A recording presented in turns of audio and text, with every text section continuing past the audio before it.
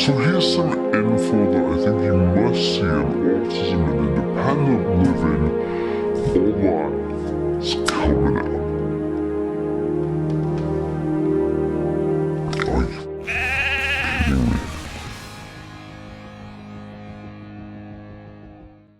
Hey guys, welcome back to TheAspieWorld. My name is Dan, I have autism, and I do videos on this type of stuff every single week. So if you are new around here and you don't want to miss a video, remember to hit that subscribe button by clicking the notification bell down below. And if you're watching on Facebook and Instagram, be sure to follow this page for more videos just like this. Today's video is sponsored by Komuso Design. Now these guys sent me this awesome little instrument I was very, very intrigued about.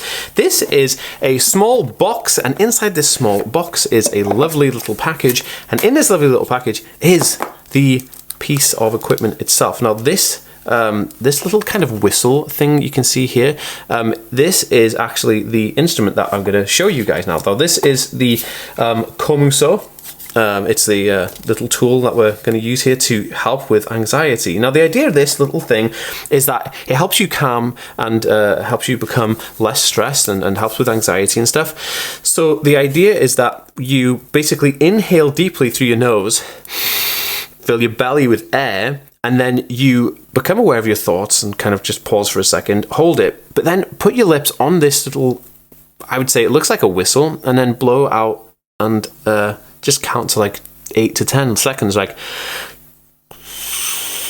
Now you repeat this exercise 5 times, and the cool thing is, I was blown away with this. Now, I tell a lot of my audience, like, if you're having anxiety or panic attacks or anything like that, then why don't you just calm down, breathe in, hold your breath for 5, breathe out for 5, and do that 5 times. A lot of people have an issue with doing that because they'll be hyperventilating and unable to kind of regulate that in and out breathing. But this little tool here by this awesome company helps you manage to do that, because it will restrict the amount of air that can come out of your mouth because you're using it as like a little straw piece. Now, definitely check out this item. I find this is just incredible. Down even to the design, this thing is absolutely fantastic. And it's based on like old kind of like esoteric principles of like, you know, monks in Japan from like the 17th century and stuff like that. This is very, very cool. You know, not only is it really cool, it comes with like a little necklace piece as well, so you can like hang it around your neck if you want to, you know, or you can clip it to like your bag or something, so you've always got it with you. This thing is super, super awesome. Highly recommend checking them out with the link in the description down below. Thank you so much for sponsoring this video, because this thing is amazing, and I know this is going to change so many people's lives. So if you want a help hack to anxiety, please check out this product. Okay, on with this video. Okay, so autism and independent living.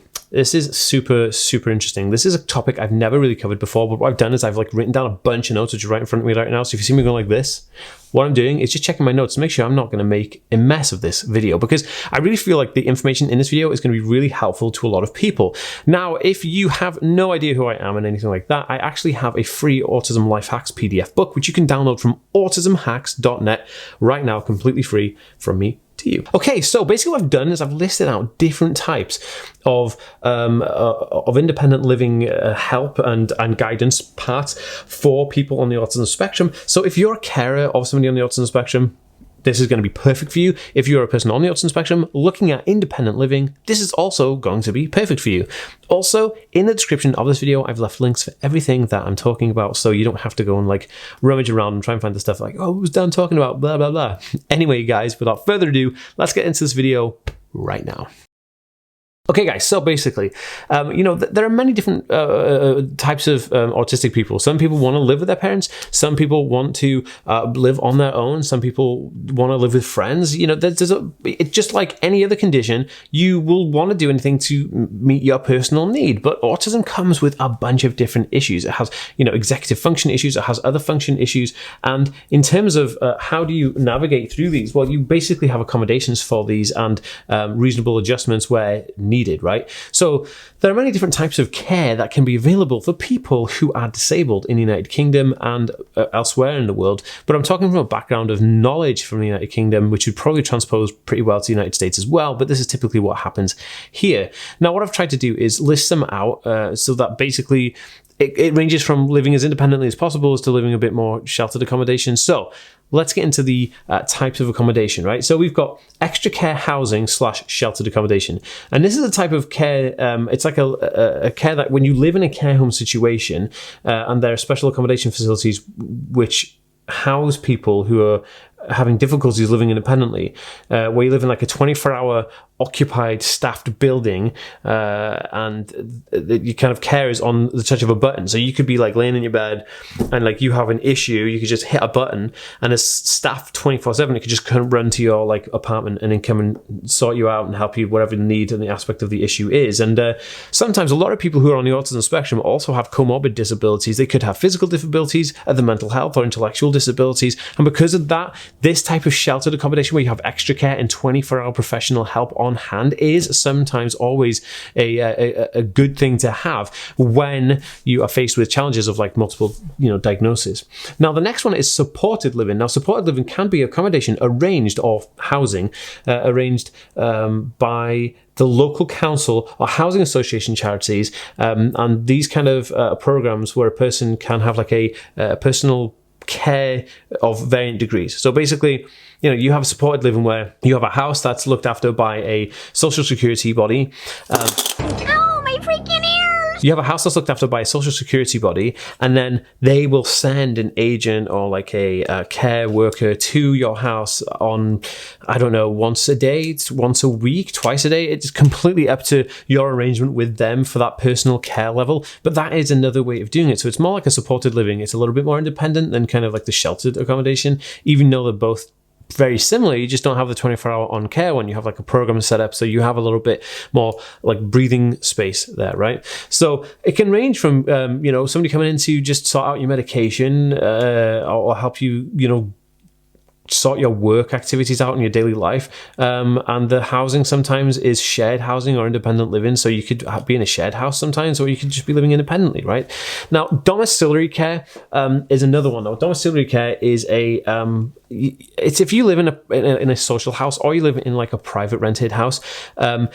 You can have a care agent who comes to visit you whenever you need to. So help you with cooking or help you with shopping for your food or help you with understanding letters and bills and things like that. So domiciliary care agents will be like a private rented thing where you hire them on a basis. And these people are not healthcare workers. They're more private kind of helper agents in most cases. Some cases, I guess they probably are nurses as well. But in most cases, they're just domiciliary care where you're just kind of just helping people out, right? So the last thing I want to talk about is funding. So, it's always wise to plan ahead and find out where you get your funding systems from, because, the cost of these things can be high, higher than you expect. But there's numerous ways that you can apply for different types of funding for this in the United Kingdom. Actually, anywhere in the world will help you have the best ability so you can apply for grants or apply for help with things like this, because obviously we want to take care of our most vulnerable people in society, and this is how we do it, right? I've left a link for a website where you can browse different types of benefits available for funding, which is going to be super cool. It's going to be in the description of this video right down the bottom. The steps for this, in order to implement anything like this, you have to have a next steps for your care system in order to take, identify what your care needs are, identify what type of living situation you want, identify what kind of care you want to buy or pay for, because at the end of the day, if you just phone up a council or a care agent and they say, oh, I want to get my son or daughter or myself independently living, then they'll say, okay, well, what kind of care are you looking for? And if you don't have a plan, then it kind of delays the whole process. So what I would do is you make the steps to implement what you want. You have a clear outline of where you want to be, which is living independently, but getting a care agent coming in every week.